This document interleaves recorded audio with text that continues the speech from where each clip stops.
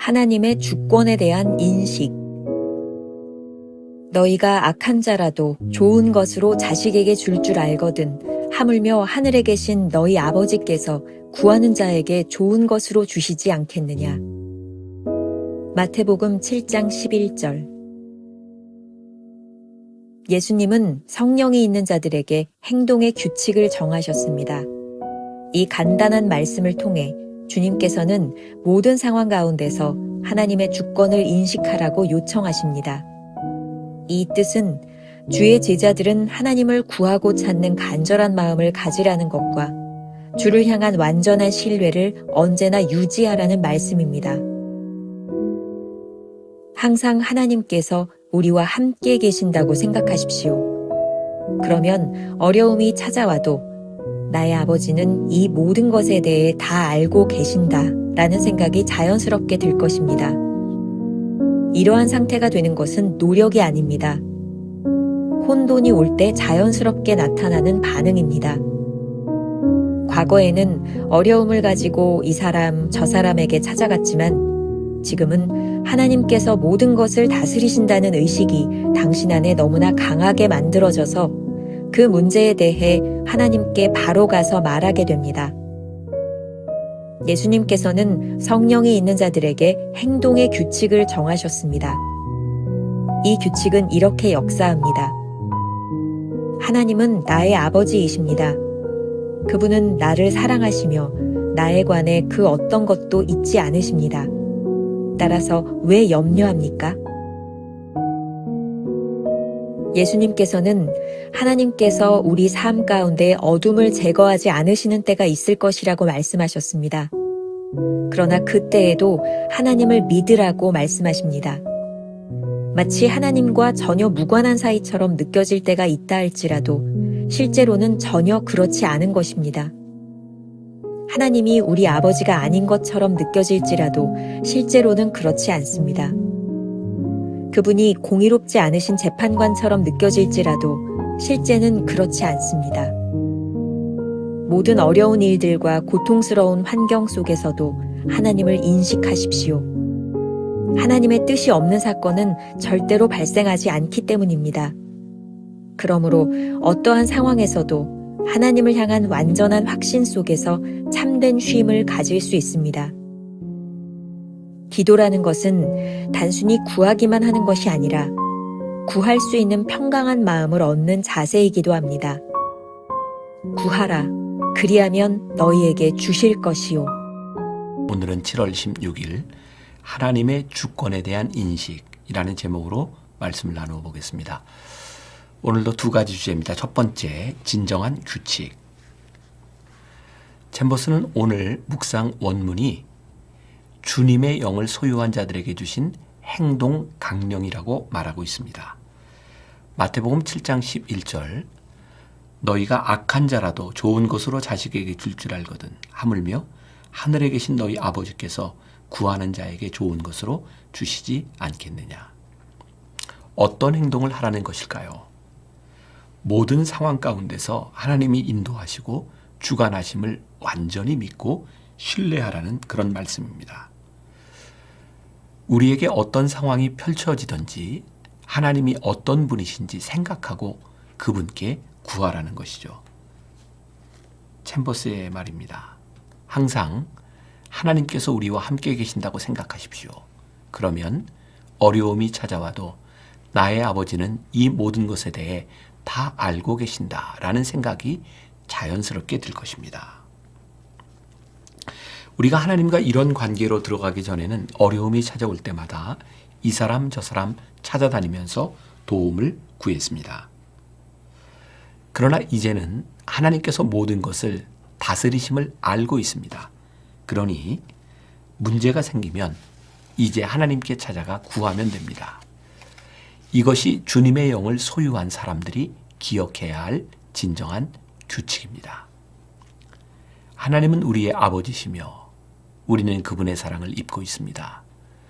또한 나를 사랑하시는 나의 아버지는 나에 대해 모든 것을 알고 계십니다. 이러한 믿음의 규칙에 의하면 우리가 염려할 것이 없지 않겠습니까? 오스왈드 챔버스의 욥기에서 영국의 시인이자 심리학자인 프레드릭 마이어스의 시를 인용하고 있습니다. 이 시를 보면 고통 가운데 하나님께 나아가 자신의 상처를 그대로 하나님께 보여드리며 간구하는 기도가 무엇인지를 보게 됩니다. 제가 시를 읽습니다. 나는 갈급하고 지치고 쇠약한데 이 고통에서 벗어날 그 어떤 도움도 받지 못하고 있네. 세상에서 들려오는 고통의 소식들은 내 작은 마음을 뚫고 들어와 나로 하여금 하나님의 존전에 나아가 그 고통을 고하게 하네. 그분의 발 앞에서 흘리는 눈물은 전혀 부끄럽지 않고 고통의 상처 그대로 보여드릴 수 있네. 나는 그분께 치료해 주시기를 간구하네. 그분 앞에 고통을 쏟으면 쏟을수록 달콤한 위로를 간구하게 되네. 진정한 삶의 규칙은 하나님이 어떤 분이신지 분명하게 아는 지식에서 출발합니다. 두 번째 주제, 진정한 행동. 주님께서 진정한 규칙을 말씀하셨으니 우리는 진정한 행동으로 이 규칙을 지켜나가야 하지 않겠습니까? 1월 3일에 우리가 함께 보았던 구름과 흑암이라는 주제로 묵상했던 것이 있습니다. 이어지는 묵상을 통해 하나님께서 우리 삶의 어둠을 제거하지 않으실 때가 있다는 것을 깨닫습니다. 하나님께서는 아무것도 보이지 않을 때가 바로 믿어야 할 때라고 말씀하십니다. 우리는 일상에서 이런 경험을 합니다. 어느 때 하나님이 우리와 전혀 무관한 존재처럼 느껴지기도 합니다. 어느 때 하나님은 전혀 공의롭지 못한 재판관처럼 느껴지기도 합니다. 이때 우리는 진정한 규칙을 따라 진정한 행동을 취해야 합니다. 챔버스는 이렇게 말합니다. 모든 어려운 일들과 고통스러운 환경 속에서도 하나님을 인식하십시오. 하나님의 뜻이 없는 사건은 절대로 발생하지 않기 때문입니다. 로렌스 형제의 하나님의 임재 연습에 나오는 글입니다. 누군가 로렌스 형제를 보면 그가 하나님과 동행하기 위해 얼마나 노력하는 사람인지 알 수 있었습니다. 이렇게 서술하고 있어요. 로렌스 형제는 말하기를 우리가 지속적으로 하나님과 대화하고 또 실행하는 모든 일에서 그분께 의뢰하는 습관을 형성하려면 우선은 우리가 부지런히 그분께 여쭈어야 하겠지만 그 다음으로는 아무런 거리낌 없이 그분의 사랑이 내면적으로 우리를 일깨우는지를 신중히 살펴야 한다고 했다. 그는 하나님께서 허락하신 즐거운 날들을 보낸 이후에는 수고와 고통의 차례가 올 것이라고 예상했다. 하지만 그 문제에 대해 그는 염려하지 않았다. 왜냐하면 그 자신이 아무것도 할 수 없음을 알았고 또 하나님께서 틀림없이 그것들을 견딜 수 있는 힘을 주신다는 것을 잘 알았기 때문이었다. 로렌스 형제는 삶의 모든 일을 하나님께 맡기는 것은 길러지는 습관이며 동시에 하나님의 사랑으로 일깨워지는 것이라고 말합니다. 그는 지속적으로 하나님의 사랑을 인식했고 모든 일을 하나님께 의뢰하는 습관을 가졌기에 언제 어떤 상황이어도 하나님을 신뢰하며 안식할 수 있었습니다.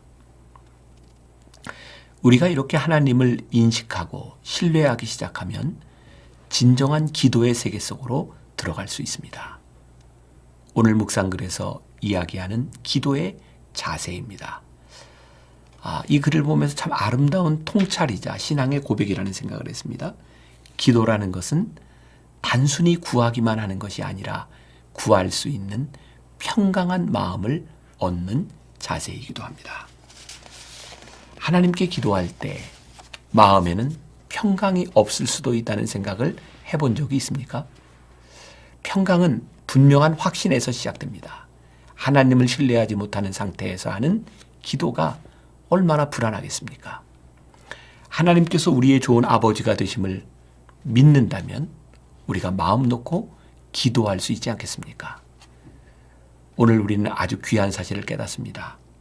우리에게 진정한 규칙을 알려주신 주님의 말씀을 따르는 진정한 행동이 바로 평안한 기도라는 것을 말입니다. 기도는 단순하게 구하는 것이 아니라 이미 평안한 마음으로 시작하는 믿음의 행동입니다. 오늘 하루 이런 질문을 가지고 살아봅시다. 지금 당신의 기도는 평안한가요? 만약 불안한 마음으로 기도하고 있다면 평안함을 먼저 구하십시오. 기도하겠습니다.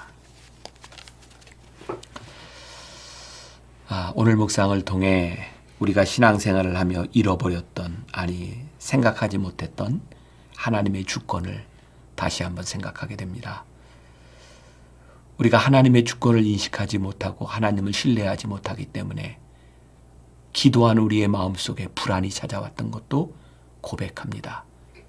진정한 규칙과 진정한 행동, 하나님을 온전히 신뢰하며 하나님께 온전히 평안함을 구하는 그런 기도가 오늘 우리 가운데 있기를 간절히 소원합니다.